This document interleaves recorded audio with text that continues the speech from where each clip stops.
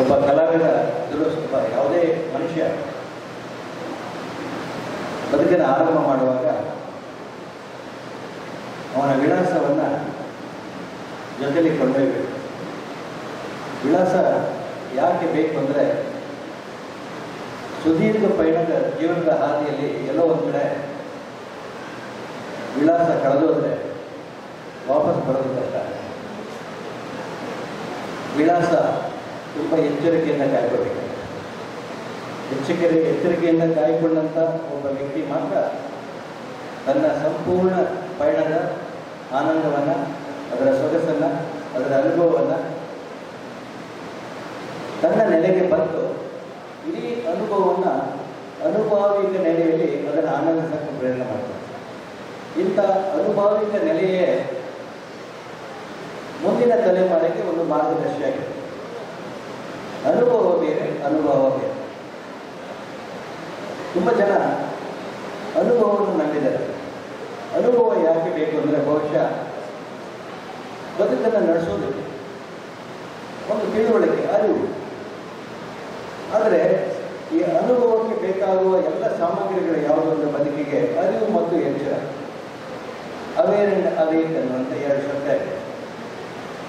If you don't know aware and awake, ಎಲ್ಲ ಒಂದು ಕಡೆ ವಿಳಾಸ ಕಳೆದು ಹೋದಂಥ ಪಯಣಕ್ಕೆ ಆಗುತ್ತಿಲ್ಲ. ವಿಳಾಸ ಯಾಕೆ ಕಳ್ಕೊತೀವಿ ಅಂತಂದರೆ, ಆರಂಭ ಮಾಡಿದಂಥ ನಮ್ಮ ಪಯಣಕ್ಕೆ ಮೂಲ ಧಾತುಗಳು, ಮೂಲ ವ್ಯಕ್ತಿಗಳು ನಮ್ಮ ಇಡೀ ಪರಂಪರೆಯಲ್ಲಿ ಇರುತ್ತೆ. ಇಡೀ ಪರಂಪರೆಯಲ್ಲಿ ತಂದೆ ತಾಯಿಗಳನ್ನು ಹಿಡಿದು ನಮ್ಮ ಇಡೀ ವಿದ್ಯಾರ್ಥಿ ಗುರುಗಳ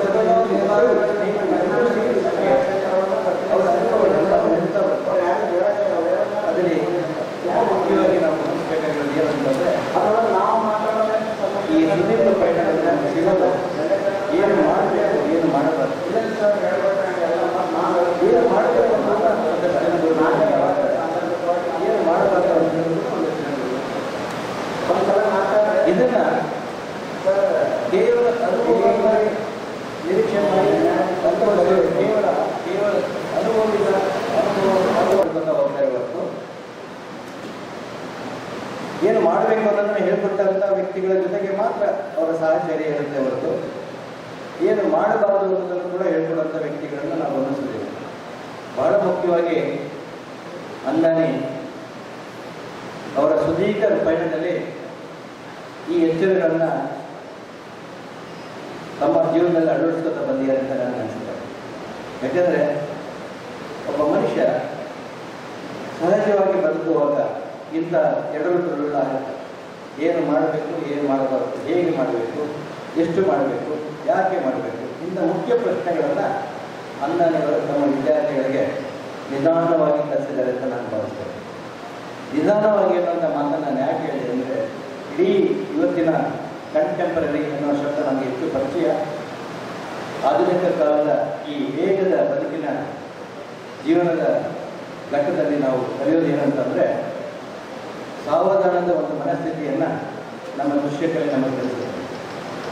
ಈ ಸಾವಧಾನದ ದೃಶ್ಯಕಲೆಯ ಪ್ರಕ್ರಿಯೆ ಹೇಗಿರುತ್ತೆ ಅಂತಂದರೆ, ಸರಿ ತಪ್ಪುಗಳ ನಡುವೆ ಇದೆ. ಇದು ಸರಿಯೂ ಅಲ್ಲ, ಇದು ತಪ್ಪು ಅಲ್ಲ. ಆದರೆ ಇದರ ಮೂಲಕ ನಮ್ಮ ಜೀವನ ದೃಷ್ಟಿ, ನಮ್ಮ ವಿವೇಕ ಬೆಳೆಸುವಂಥ ಅನೇಕ ಅಂಶಗಳು ನಮಗೆ ಇದ್ದಾವೆ. ಅಂಥ ಅಂಶಗಳನ್ನು ಅಂದಾನಿಯವರು ಬಹಳ ಎಚ್ಚರಿಕೆಯಿಂದ ತಾಳ್ಕೊಂಡ್ಬಂದಿದ್ದಾರೆ. ಅದರಲ್ಲೂ ನಾನು ಒಬ್ಬ ಅವರನ್ನು ಹಿರಿಯ ಸ್ನೇಹಿತನಾಗಿ ನಾನು ಗಮನಿಸಿರುವಾಗ, ಒಂದು ಸಂಸ್ಥೆ ಕಟ್ಟೋದಕ್ಕೆ ಒಬ್ಬ ವ್ಯಕ್ತಿ ಎಷ್ಟು ಶ್ರಮ ಪಡ್ತೀನಿ ಅನ್ನೋದಕ್ಕೆ ಅಂದಾನಿಯವರು ಉದಾಹರಣೆ. ಈ ಭಾಗದ